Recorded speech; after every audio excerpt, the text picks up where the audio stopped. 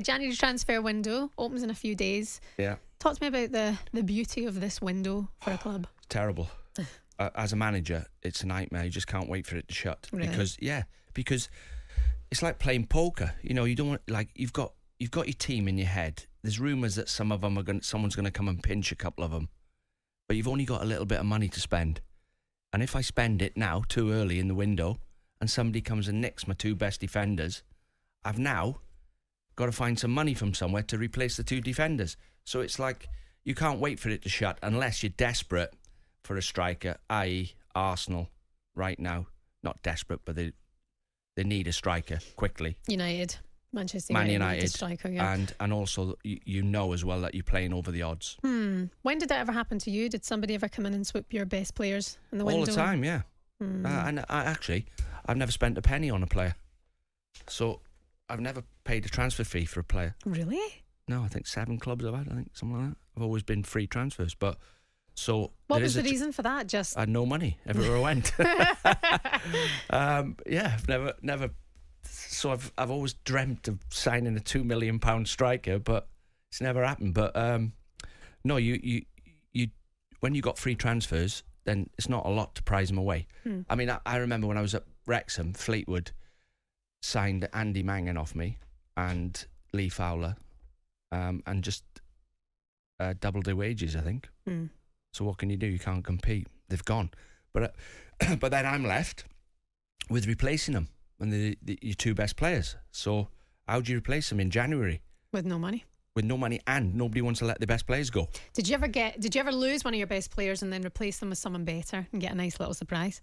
That is the idea of management, but it does. No, I mean, I remember when I was at Chesterfield, we sold Sam Clucas 2 weeks before the season kicked off for 1.5 million, I think, to Hull. And the chairman said to me, can you not replace him? I said, yeah, if you got 1.5 million, I can replace him, but don't expect to replace him with 100 grand. You know, that player's worth 1.5 million for a reason. He can play anywhere. So money talks. Yeah, I mean, especially in the Premier League, the money is just ridiculous on that level. And in this window, we've seen it before, and the difference that can be done to a team in the January transfer window as well. Manchester United, we've spoken about them earlier on. Just quickly, we know that they need a striker, but we were speaking about this yesterday. You mentioned Pukki at Norwich, potentially maybe getting a move this window. Who do United need? Just a focal point down the middle and someone who can get on the end of crosses. And, well, I mean, there's an example. They need Haaland. They need Harry Kane. Somebody like Harry Kane, Haaland, yeah.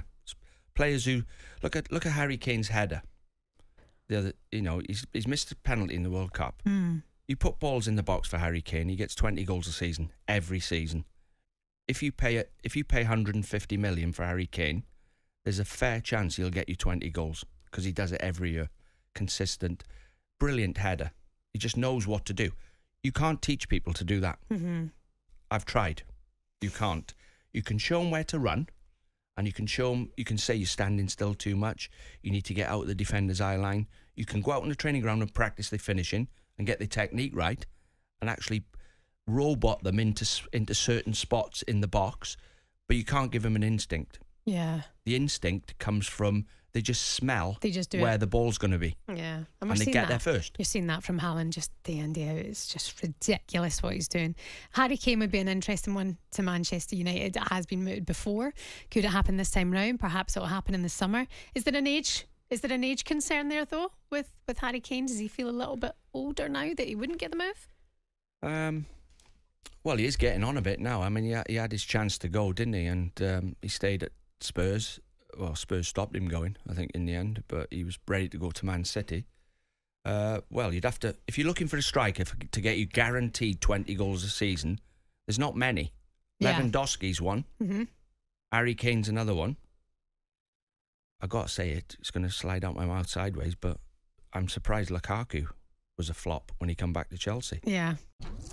Jim White and Simon Jordan. Monday to Friday mornings from 10 on AM, on DAB, via the talkSPORT app and on your smart speaker.